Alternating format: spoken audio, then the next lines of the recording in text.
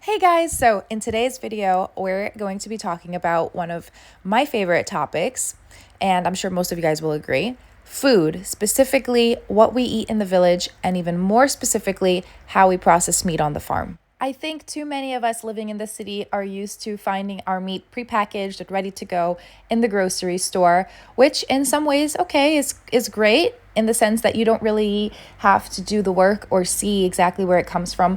But that said, personally speaking, I think that every person should really know exactly where their meat comes from and realize that it sources from an animal. This makes us appreciate the meat that we're eating more. You know, you're not going to just grab that chicken wing and eat 3-4 bites and then throw the rest of the wing away. You're probably going to be a little bit more conscious of what you're eating. And also, it's actually very interesting. I think you guys will see. I'll be showing you a whole bunch of different things we do with our meat, including making lukanka, which is a Bulgarian version of salami, you could call it, pastarma, which is something similar to, I guess you could call a prosciutto. It's like a dried meat, as well as what we do with the pig fat, which we enjoy all year round, and a whole bunch of other things that goes on during the meat processing process. Now, each type of meat is processed differently. Today, we're going to be focusing more on pork, and I'm going to be showing you, let's call it B or C to Z. I'm going to be sparing a couple of the beginning parts, and the reason I'm doing this is because I wanted to keep this a little bit more PG-13. I know that not everybody wants to see the full animal sitting there in front of you. I will be making another video about the full process excluding the slaughter. I never film that. And the reason for this is because on the farm and in lots of parts of Bulgaria, the slaughtering of the pig is actually a huge celebration. The word Christmas in Bulgaria is actually koleda, which comes from the word kolene, which is slaughter. So, in other words, our Christmas actually comes from an old Thracian holiday, which has to do with the slaughtering of the pig, which of course happens around December when the pig is nice and fattened up and you get the most out of the meat. And when I say a big celebration, I really mean it. It's something that we look forward to all year. And it's a lot of fun. I really think it's worth watching. Again, I'm not going to be showing the slaughtering part, but I will be showing in the other video the full pig from A to Z. Today, again, you'll be seeing from, let's call C to Z. And without further ado, let's jump right in.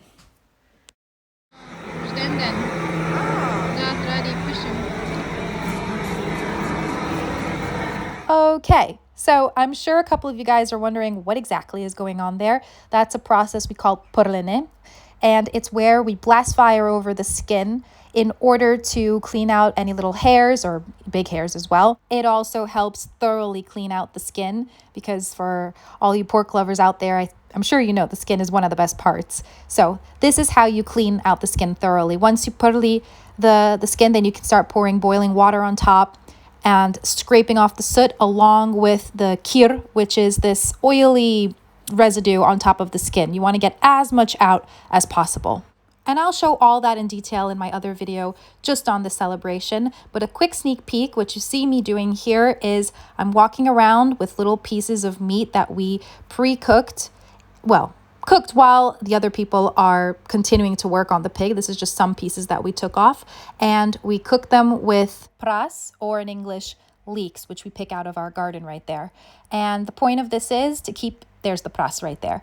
And the point of this is to keep everybody going, the celebration going, because it's hard work. You get tired. And while this is all happening, everyone's enjoying grejena rakia, or heated rakia, our national drink. You put a little bit of our moonshine, mix it with some honey, and heat it over a stove. And it's the best thing in the winter.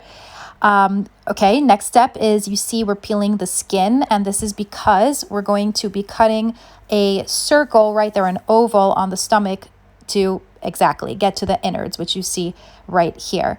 And quick note, this is a little bit weird. You're probably going to think like, oh God, what are they doing? But we actually eat the skin directly off of the pig. At first, when I saw it, I was like, oh, that's so weird. But believe it or not, it's not as strange as it looks when you're actually tasting how delicious it is. And again, the skin is all prepared. It's fired up and it's cooked in a sense, and it's safe to eat. So here we are cleaning out the innards carefully. It's very, very, very important to clean it carefully. I've made that mistake before where I've popped the big intestines and the stomach, and it is the most foul smell you have probably ever smelled. It's one of the few times I've actually vomited from something like this. I have a pretty strong stomach, but the smell is awful. So when you're taking care of the innards, it's very important to do it correctly. There's a way to just scrape all of this off and pull it all out together. I'll show that on the other video. Here, my job was to start splitting part of the meat up. Here, the men are helping out. They're actually teaching me. I was kind of learning in that photo, but I kind of got the hang of it, I will say. And next, we're going to be cutting up the meat into portions, which you're seeing again right here, and taking this piece of meat, or choosing select cuts, pretty much the best cuts, and putting them right onto the fire so we can start enjoying them throughout the celebration. 오, 이마 모쭝가. 모쭝가는 스미야와. Yes, guys, that you saw me poking at was the pig snout, something that I hadn't eaten before and apparently was a delicacy, and I'm certainly not going to disagree. Really good. This is actually a great moment to note that nothing, and I mean nothing, is thrown away from the pig or from any of the animals that we slaughter. Every single portion, from the snout to the ears to the stomach to the skin to the bones, is used. Or if it's not used or consumed by us, we give it to our dogs or our cats or other animals. And this is really why I think it's very important for everyone to know where their meat comes from, because it's very hard to throw away even the smallest particle when you know that a life was given for this. Okay, what you see there was cabbage, pickled cabbage more specifically, and what we do, also fresh, pickled and fresh, and what we do is at the end of the celebration, the meat that we picked, special cuts that we picked that we didn't put on the grill, we make with cabbage. So pork with cabbage. It's, again, one of the most traditional Bulgarian dishes you can have and one of the most delicious. Once everyone is fed and the guests are sent off and rested, we begin what we call rusufasovene, which is the chopping up of the meat for freezers, jars. In this case, you see here, this is pork skin and fat that we put with leeks and then vacuum seal and put in the fridge. There's also red pepper on top. Essentially, each part of the pig is preserved in its own separate manner.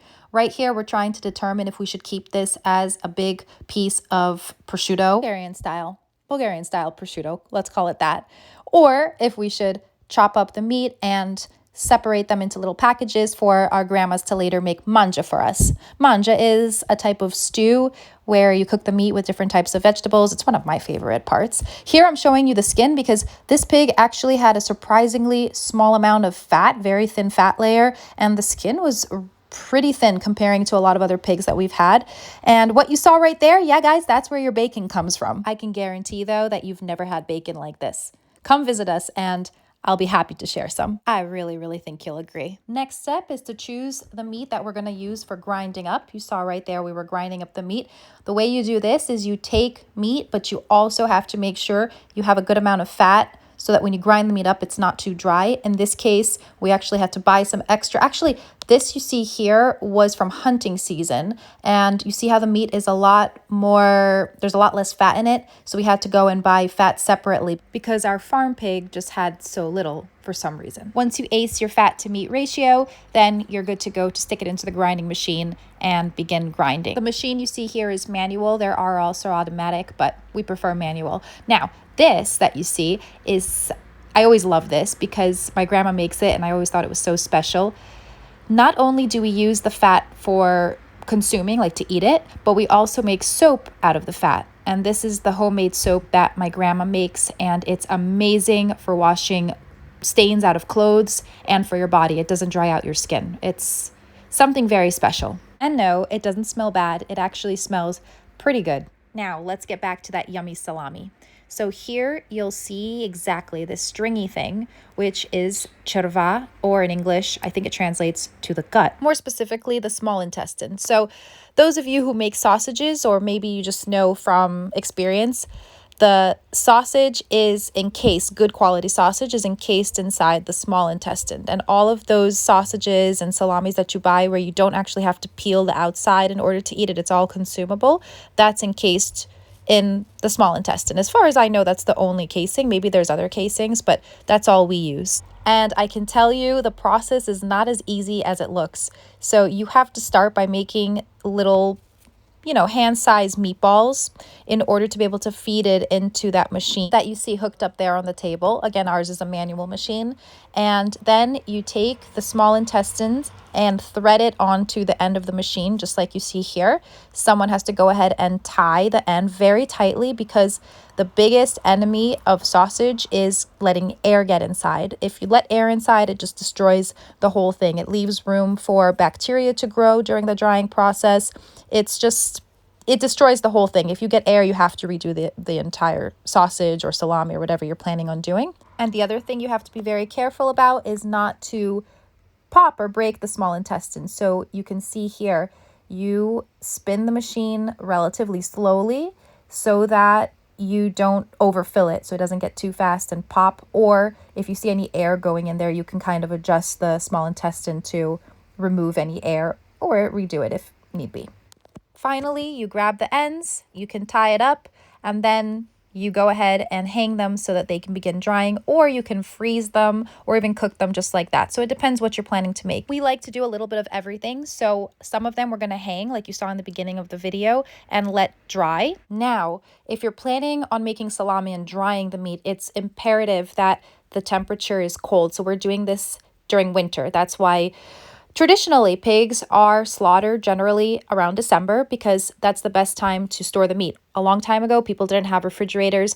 On our farm, they actually used to bury the meat. That's a cool fact. Now, or make jars where you just cook the meat and boil the jars down so they get sealed.